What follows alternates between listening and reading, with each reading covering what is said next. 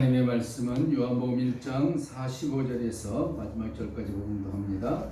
45절 빌립이 나다나엘을 찾아 이르되 모세가 율법에 기록하였고 여러 선지자가 기록한 그 일을 우리가 만났으니 요셉의 아들 나사렛 예수니라. 나다나엘이 이르되 나사렛에서 무슨 선한 것이 날 수 있느냐. 빌립이 이르되 와서 보라 하니라. 예수님께서 나다나엘이 자기에게 오는 것을 보시고 그를 가리켜 이르시되 보라, 이는 참으로 이스라엘 사람이라 그 속에 간사한 것이 없도다. 나다나엘이 이르되 어떻게 나를 아시나이까? 예수님께서 대답하여 이르시되 빌립이 너를 부르기 전에 내가 무화과 나무 아래 서 있을 때에 보았노라. 나다나엘이 대답하되 라삐여, 당신은 하나님의 아들이시요 당신은 이스라엘의 임금이로소이다.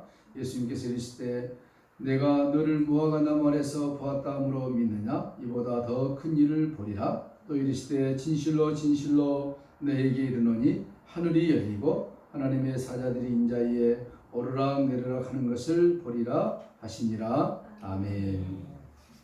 오늘은 나다나엘을 만난, 메시아를 만난 나다나엘 제목을 말씀을 합니다. 나다나엘 이름이 좀 어렵죠?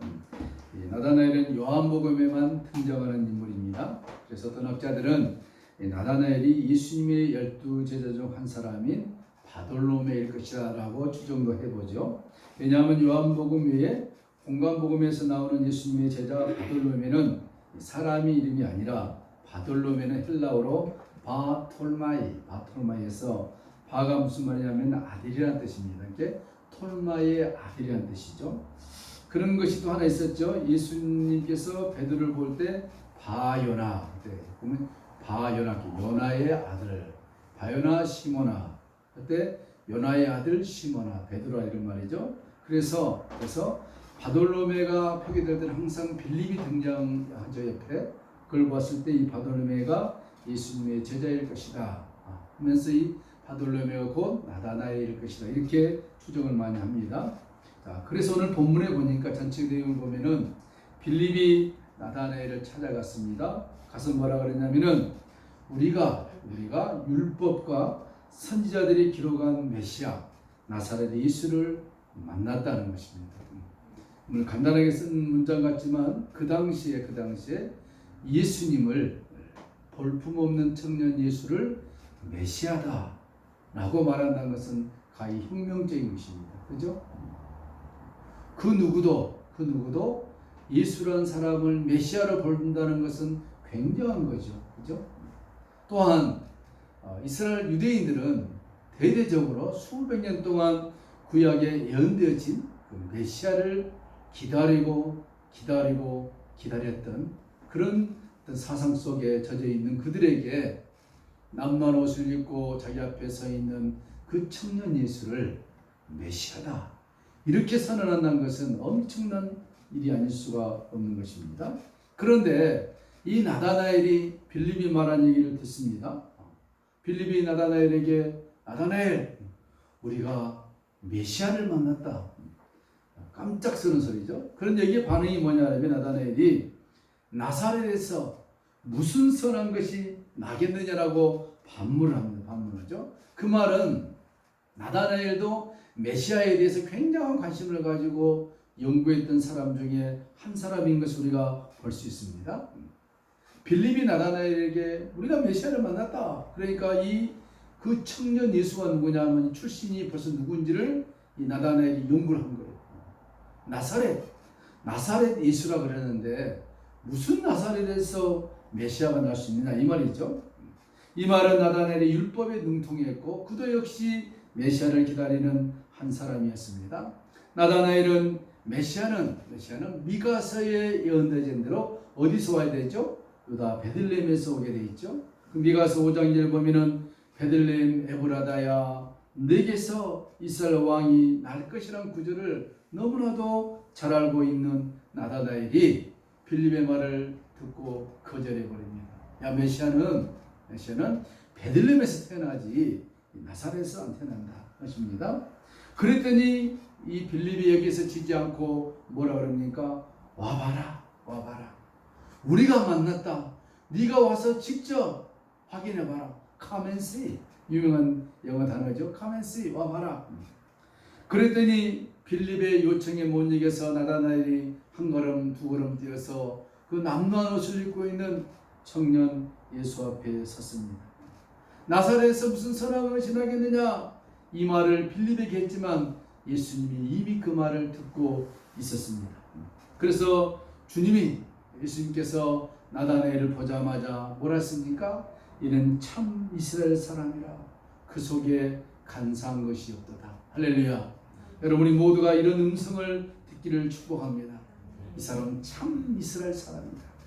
그 속에 간사한 것이 없도다. 여러분 여기서 보면은 간사한 것이다. 간사한 것. 그래서 많이 들어본 단어죠.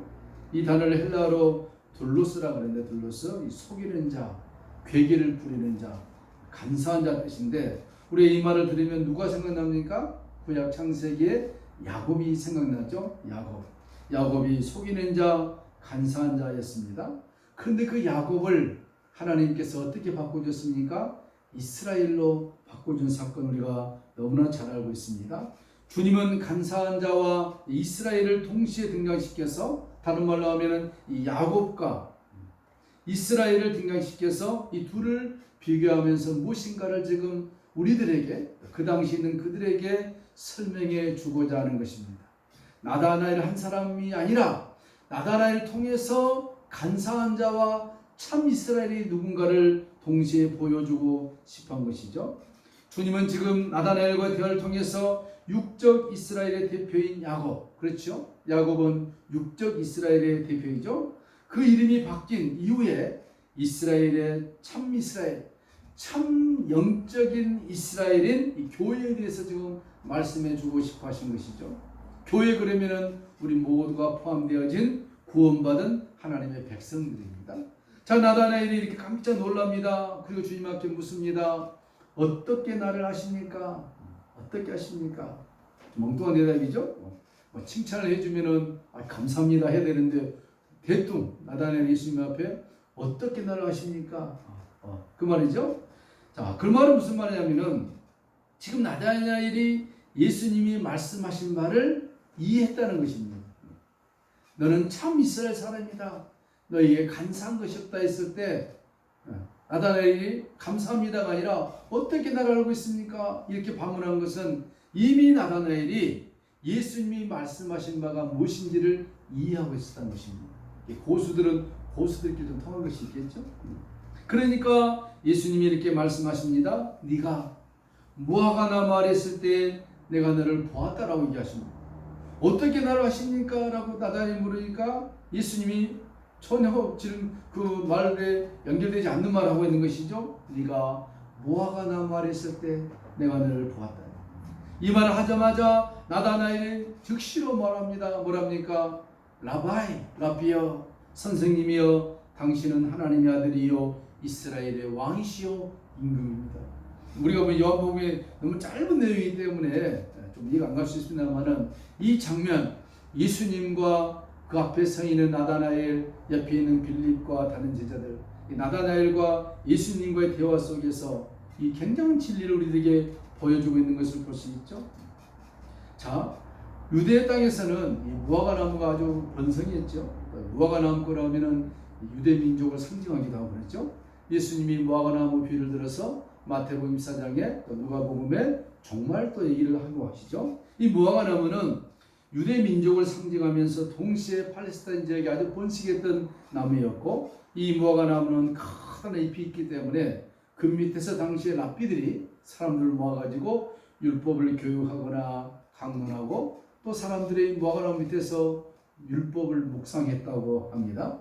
나다나엘은 그 무화과 나무 아래서 자주 율법을 연구하면서 묵상하면서 메시아가 언제 우리 앞에 도래할 것인가 연구했던 사람이었습니다. 그래서 주님께서 그 나다나엘이 그렇게 쭉 무화과 나무 아래에서 묵상하고 연구해온 그 메시아, 그의 믿음을 보시고 그렇게 말씀해 버린 거예요. 주님께서 네가 무화과 나무 아래 있을 때 한 번 있는 것이 아니라 나다나엘은 늘 시간이 날 때마다 무화과 나무 밑에 앉아서 메시아를 기다리고 메시아를 사모했던 그 믿음을 예수님께서 전곡을 찔러버린 것입니다. 네가 무화과 나무 아래 있을 때 내가 너를 보았느니라. 놀래버리죠. 놀래버립니다. 그러니까 그 자리에서 나다나엘이 뭐라 합니까? 나의 왕이시여, 이스라엘의 참 왕이시여, 당신이 메시아입니다 라고 고백을 해버린 것 아니겠습니까? 여기서 예수님이 그를 보았다. 여러분, 예수님이 지금 우리를 보고 계신 줄로 믿습니다.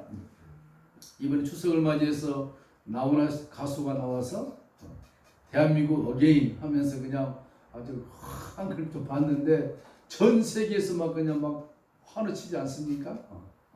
근데 지금 우리가 드리는 예배를 전 세계가 아니라 우주에서 천사들이 보고 있다. 믿어집니까? 믿거나 말거나 사실 하나님께서는 전 세계에 흩어져 있는 하나님의 백성들이 드리는 그 예배가 어느 곳이든지 상관하지 아니하시고 듣고 보고 계신다는 것입니다. 그 보신다는 것은 현상학적으로 볼 뿐만 아니라 영적으로 보고 계시는, 하나님께서 우리의 심령 깊숙한 것, 우리가 무엇을 생각하고 고민하고 바라는 소망, 그 무엇인가지도 다 보고 계신다는 것입니다. 여기서 보았다는 것입니다. 예수님의 예지적이고 지적이고 영적인 것, 예수님은 사람을 볼 때 그를 겉으로 보는 것이 아니라 속 내면까지도 보고 계시는 우리의 좋으신 하나님 아버지인 것을 믿으시기 바랍니다. 나다나엘이 거기에서 그가 넘어져 버리죠. 이 말은 무슨 말입니까? 이 나다나엘은 이미 구약성경에 열려놓으신 사무엘하 7장에 장차 메시아가 오실 것을 알고 있었습니다. 그 메시아는 다윗을 통해서 솔로몬을 통해서 올 것이라고 알고 있었죠. 그런데 나다나엘과 당시 유대인들이 알고 있는 메시아 사상은 무엇이었습니까? 그 메시아가 언젠가 올 터인데 그 메시아가 오셔서 우리 민족을 해방하시고 우리 민족에게 자유를 주고 우리 민족에게 기쁨과 소망과 부유함을 줄 그런 정치적이고 종교적인 메시아로만 그들이 이해하였고, 지금도 유대인들이 그 메시아를 기다리고 있다는 사실 아니겠습니까? 그런데 이 나다나엘이 무엇을 발견했습니까?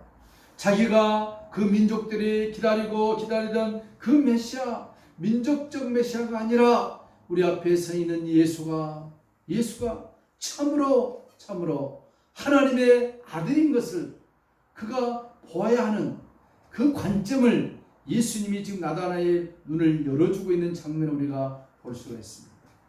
나다나엘 그도 역시 그 민족적 메시아, 유대인만을 이해한 메시아만을 그가 이해하고 있었지만 예수님은 그것이 아니라는 것입니다. 그러므로 그에게 무엇을 지적하느냐? 이 나다나엘 속에는 간사한 것이 없다 하면서 창세기 야곱의 일을 들어가면서 설명을 해주고 있는 것을 볼 수 있습니다. 우리 야곱 잘 알죠? 야곱 그는 때를 기다렸으면 하나님께서 그에게 예언해 놓았듯이 자연스럽게 약속의 언약의 축복을 받게 되어져 있습니다. 그럼에도 불구하고 그 어머니와 야곱이 앞날이 나서 빨리 하나님의 축복을 획득하고 싶었던 것 같습니다. 그래서 그의 아버지를 속여서 장자의 축복과 은혜를 받고 그가 드디어 하나님이 축복하고자 한, 하나님이 약속한 그 가나안 땅에서 축복의 약속을 받는 것이 아니라 그는 쫓겨나게 된 것입니다. 그렇죠? 형에서의 칼날에 피하여 저 먼 곳으로 도망을 가게 된 것입니다.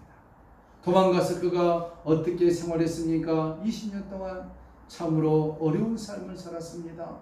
피눈물 나는 삶을 살았습니다. 그러면서 드디어 때가 되니까 하나님이 야곱을 불러오는 장면을 볼 수 있습니다. 그 전에 야곱은 돈과 아내와 자녀들 모든 것을 갖추고 마음속에 약속이 그 마음에 떠나지 아니했습니다. 그 마음이 뭐지요? 하나님께서 허락하신 젖과 꿀이 흐르는 가나안 땅에 가야만이 하나님의 약속이 성취된 것을 믿었습니다. 그래서 그가 어떻게 하든지 간에 약속의 땅으로 돌아오고 싶었습니다. 드디어 D-Day가 되어져서 많은 재산과 가족을 거느리고 약속의 땅으로 돌아옵니다. 그냥 돌아온 게 아니에요. 왜? 그 땅, 젖과 꿀이 흐르는 가나안 땅에서만 하나님의 약속이 성취되기 때문에 야곱이 돌아옵니다. 여러분, 돌아오는데 그냥 돌아와집니까? 소식을 들었더니 야복강 앞에 저 형 예사가 아직까지도 20년 동안 분노의 칼을 갈고 400명이라는 잘 훈련된 군사를 이끌고 지금 야곱을 죽이러 오는 것입니다.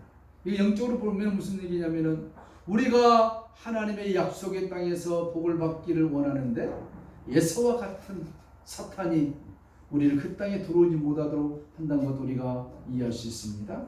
그날 밤에 야곱은 또 장깨를 부립니다. 무슨 깨를 부립니까? 가장 쓸모없는 것도 먼저 보내죠. 1차, 2차, 3차 보내고 자기가 제일 나중에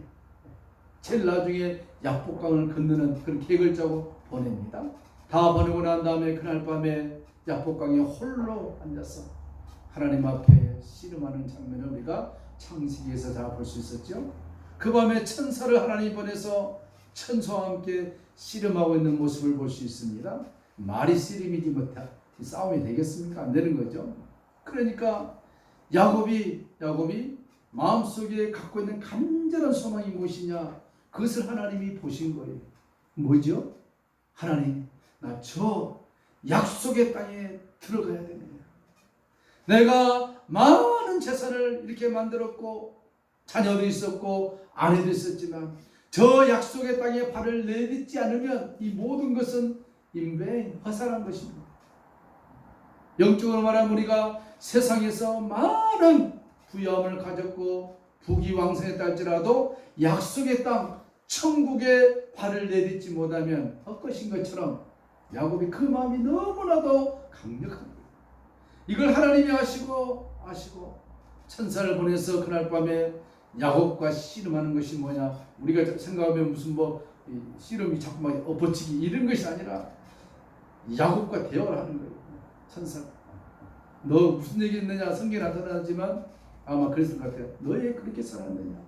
천사가 묻습니다. 너 가만히 있었으면, 하나님의 약속의 말씀을 믿고 있었으면 자연스럽게 모든 일이 해결되고 네가 부유한 이 약속의 땅에서 이 약속을 이어갈 것인데 어찌하여 간사한 관계를 부리고 너 뭐냐 쑥닥 공해가지고 그걸 고생을 했느냐 하니까 야곱이 아마 그냥 그 순간에 야복강에서 아마 눈물을 촥촥 흘리면서 회개했을 것 같아요. 보니까 내가 되돌아보니 20년 동안 헛된 삶을 살았습니다.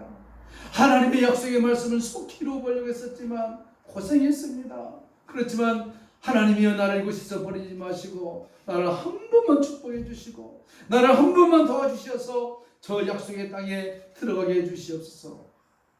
그러니 천사가 보고 아직도 안 깨어진 거예요. 사람이 언제 깨어집니까? 병들었을 때 깨어집니다.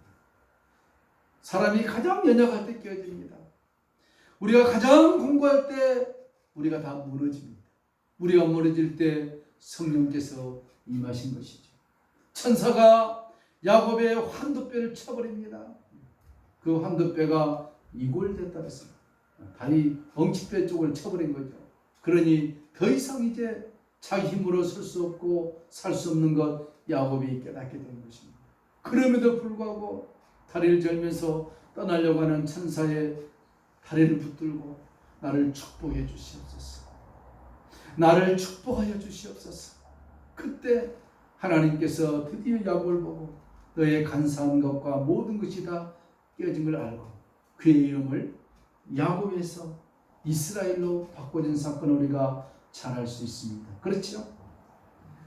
그가 완전히 깨어지고 하나님의 사람으로 변화되고 간사한 야곱에서 영적 이스라엘이 되자 그렇게 철벽 같았고 이룰 수 없었고 이길 수 없었던 에서 분노의 400명의 칼이 하루아침에 살인의 칼이 식탁에 아름다운 음식을 만드는 칼로 변해버린 거 아니겠습니까?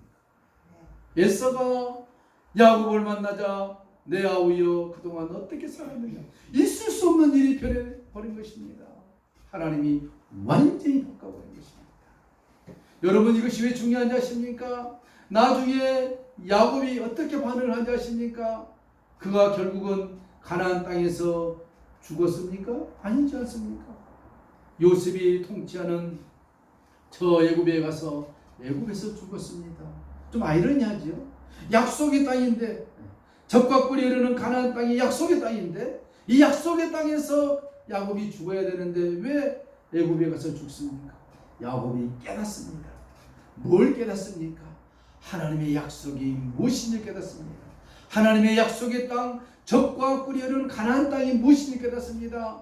그 젖과 꿀이 흐르는 가나안 땅은 이 세상의 유토피아가 아니라 장차 임할 예수 그리스도 하나님의 나라 천국이 있는 것을 알고 그가 과감하게 요셉이 보낸 금수레를 타고 애굽으로 가버리면서 그 애굽에서 그가 당당하게 바로에게 축복을 바로 해버립니다. 그렇죠? 바로니까 바로 해버리잖아요. 그러면서 네 나이가 얼마나 바로가 물으니까 또 바로 해버리잖아요. 120년 못 살았지만 험악한 세월을 살았다. 그 험악한 세월에는 무슨 의미가 있습니까? 내가 고생했다 그런 의미가 아니라 이 땅의 삶은 험악한 삶이지만 하나님이 우리에게 주시고 하자는 영적인 젖과 꿀이는 가나안 땅은 영원하다는 것입니다. 그 야곱이 이스라엘로 바뀌어서 하나님이 아브라함과 이삭과 야곱에게 약속한 젖과 꿀이 흐르는 가나안 땅의 본질은 무엇이었습니까? 장차 임할 예수 그리스도의 나라, 저 우리가 장차 가서 살 천국이라는 것을 야곱이 깨달은 것입니다. 이 사실을 끄집어내서 지금 하나님께서 나다나엘에게 그렇게 모아가나 말해서 많은 사람들이 메시아가 오기만을 간절히 기다린 그들에게 모아가나 말해서 장차 메시아가 오면은 우리 민족을 로마에서 해방시키시고 지금 궁전에 있는 많은 백성들에게 생명의 떡을 먹이시고 영적인 떡을 먹이시고 영원한 떡을 먹이실 그 나라가 이 유대 땅에서 완성될 것을 알고 그들이 율법을 읽고 메시아를 기다렸지만 이 나다나엘도 그 중에 한 사람이었지만 예수님은 그런 것이 아니란 것입니까? 내가 너희 앞에 서 있는 나 예수가 유대인의만의 메시아가 아니라 온 세상 구주이신 것을 나다나엘을 통해서 네 속에 감사한 것이 없다. 야곱과 이스라엘의 비유를 통해서 그에게 깨닫게 하신 것입니다. 그때 나다나엘이 예수님의 말씀을 듣고 고백을 해버립니다. 라바이, 랍비여, 당신은 하나님의 아들이시오 참 이스라엘의 왕이십니다. 고백을 해버린 것입니다. 예수님께서 오늘 우리들에게 말씀하신 이 영적인 진리, 나다나엘이 메시아를 만났는데 그 혼자 만난 것이 아니라 이 나다나엘은 우리 모두가 될 수 있는 것입니다. 우리는 예수 그리스도 메시아를 이미 만났습니다. 우리가 만나려고 만난 것이 아니라 그 은혜로 말미암아 우리가 만나게 된 것입니다. 그걸 고상한 영어로 구원이라고 하는 것입니다. 우리는 지금 요한복음 1장을 얼마나 많이 몇 주 동안 살펴봤습니까? 이 요한복음을 성경에서는 독수리라고 표현합니다. 독수리? 또 새는 공중에 날아다니지 않습니까? 거의 영적인 의미가 굉장히 들어있는 것이 요한복음입니다. 영적인 얘기를 너무 많이 하고 있는 거예요. 요한복음은 영적인 요한복음이 풀어지지 않으면 성경을 통해서 육적인 메시아를 우리가 여전히 만나고 있는 것입니다. 무슨 얘기냐면은 예수를 믿으면 내 삶이 잘 되고 예수를 믿으면 형통하고 예수를 믿으면 모든 것이 잘 돼야 돼 라고 방정식을 성립시켜 버리는데, 물론 그것도 틀린 것은 아니지만 진정한 방정식은 무엇이냐? 예수를 믿으면 우리의 영혼이 풍성해지고 예수를 믿으면 우리가 구원을 받고 예수를 믿으면 이 땅에서 영원히 사는 것이 아니라 하나님 나라에서 영생을 누린다는 것을 우리가 깨닫게 되는 것입니다. 그것을 예수님께서는 비유를 통해서 또 요한복음 6장에서 나는 생명의 떡이니라 이 떡을 먹는 자 목마르지 아니하고 배고프지 아니하고 내 피를 줄 것이고 내 살을 줄 것이고 영적인 얘기를 많이 하시죠. 마지막에는 죽어 썩어 냄새난 나사로를 살리면서 내가 누군지 아느냐? 너희 눈앞에 초라하게 옷을 입고 있지만 내가 누군지 아느냐? 내가 메시아다. 내가 부활의 주님이다. 내가 장차 재림할 영광의 만왕의 왕이다. 이것을 그들에게 오늘 우리들에게 선포하고 있는 것입니다. 여러분, 메시아를 만난 나다나엘, 또 예수님이 이렇게 말씀하십니다. 우리 한번 성경 볼까요? 51절. 또 이르시되 진실로 진실로 너에게 이르노니 하늘이 열리고 하나님의 사자들이 인자에 오르락 내리락 하는 것을 볼 것이다. 여러분, 예수님이 세례받았을 때 실질적으로 성령이 그의 머리에 임했습니다. 그리고 세례 요한도 영적인 눈이 떼져서 예수가, 나와 함께 어린 시절 보냈던 그 예수가 그냥 예수가 아니라 하나님의 어린 양인 것을 하나님의 계시로 세례 요한도 알게 됐습니다. 또 나다나엘 역시, 빌립 역시, 예수님의 제자들 역시 어려운 불쌍하며 예수가 누군지를 알게 된과 동시에 오늘 우리들 예수를 막연하게 알고 있습니까? 그렇지 않다는 것입니다. 예수가 누구냐? 장차 재림하시고 하늘의 문이 열리고, 우리 오늘 요즘 성경 읽고 있죠? 데살로니가 후서, 천사들과 함께, 천사의 호령과 함께, 수많은 천군 천사와 함께 하늘이 열리고 재림하실 예수 그리스도를 우리가 보게 될 날이 온다는 것입니다. 예수님께서 이곳에서 이 나다나엘에게 축복의 말씀하시면서 동시에 우리 모두에게 이 말씀을 듣고 있는 우리들에게 예수가 누구냐는 것입니다. 우리에게 구원을 줄 뿐만 아니라 우리를 사랑하시고 우리를 축복하시고 지키시고, 설령 예수님 오실 때까지 우리가 살아있다면 우리를 공중으로 들려올려서 공중에서 혼인잔치에 참여케 하실 뿐만 아니라 장차 이 땅에서 천년왕국 왕같은 제사장 역할을 하게 할 뿐만 아니라 그 이후에 백보자 심판을 거쳐서 영원한 천국에서 영생을 누리게 하실 그 예수 그리스도가 오늘 우리의 메시아라는 것입니다. 환도뼈가 부러지면서 야곱이 이스라엘로 바꿔지듯이 신약에 와서 이 환도뼈가 부러지는 이 모습을 성경은 어떻게 표현하고 있습니까? 우리와 하나님 사이에 죄로 말미암아 담이 막혀 있는데 이 담을 부셔야 되지 않습니까? 인간 야곱이 참 이스라엘이 되려면 그가 부서지듯이, 환도뼈가 부서지듯이 우리와 하나님의 사이를 연결시키는 그 참 예수께서 오셔서 십자가에서 죽으심으로 우리로 하여금 야곱과 같은 간사한 우리를 영적인 참 이스라엘로 바꿔주신 이 십자가의 사건이, 그가 바로 예수님 오셔서 행하심으로 우리와 하나님 사이를 하나님께 만드신 이 십자가의 사건이 구약 창세기의 야곱의 환도뼈를 연상케 한다는 것입니다. 오늘 우리는 예수님의 십자가, 이 십자가 사건이 간단한 사건이 아니라 성경의 모든 사건의 표 여화들이 모두가 예수님의 십자가와 부활을 상징하면서 우리로 하여금 하나님의 구원받은 백성으로 이끌어 가신다는 것을 오늘 나다나엘을 통해서 짧은 사건이지만 그에게 보여주고 있는 것을 볼 수가 있습니다. 내가 너를 무화과나무 아래에서 봤다 함으로 믿느냐? 이보다 더 큰 일을 보리라 그랬습니다. 우리가 그렇습니다. 이 땅에 사는 거 힘들고 어렵습니다. 그렇죠? 코로나 때문에 이렇게 힘든데 앞으로 더 엄청난 일들이 나타날 터인데, 그렇지만 우리가 두려워하지 않는 것은 무엇입니까? 하나님의 능력이, 하나님의 기적이 세상 그 무엇보다도 큰 것을 우리가 보게 될 것입니다. 믿습니까? 믿어야 됩니다. 왜? 하나님의 약속이기 때문에. 처음으로 적과 꿀이 흐르는 땅은 지금도 저 팔레스타인 땅이 아니라 우리 마음속에 있고 장차 갈 그 영원한 나라, 하나님의 나라가 우리에게 약속으로 주어졌다는 사실이 얼마나 크고 감격스럽고 위대합니까? 그 하나님의 나라가 우리를 구원시키셔서 예수로 말미암아 하나님의 백성 삼아주신 그 은혜에 감사하는 한 주간 되시기를 축복합니다. 찬송하시겠습니다. 우리 90장.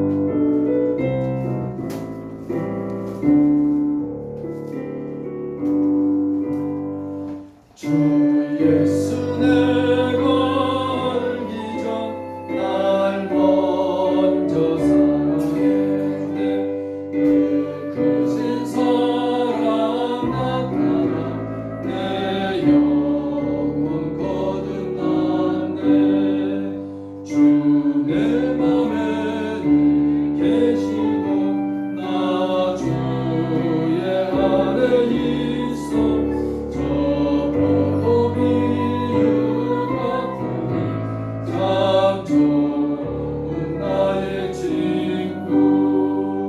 내 친구 되신 예수님 날 구원하시려 그 귀한 몸을 버리사 내 죄를 대속했네.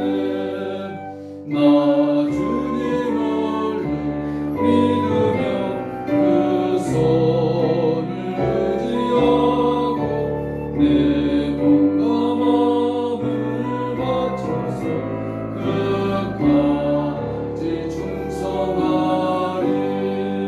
내 진실하신 친구여 그 은혜 내려주사 날 항상 보호하시고 내 맘에 되옵소서. 그 풍성한 사랑은 능히 그리소라. 날 구원하신 예수님 참 좋은 나의 친구. 하나님 아버지 감사합니다. 나다넬을 향하여서 그에게는 간사한 것이었고 참 이스라엘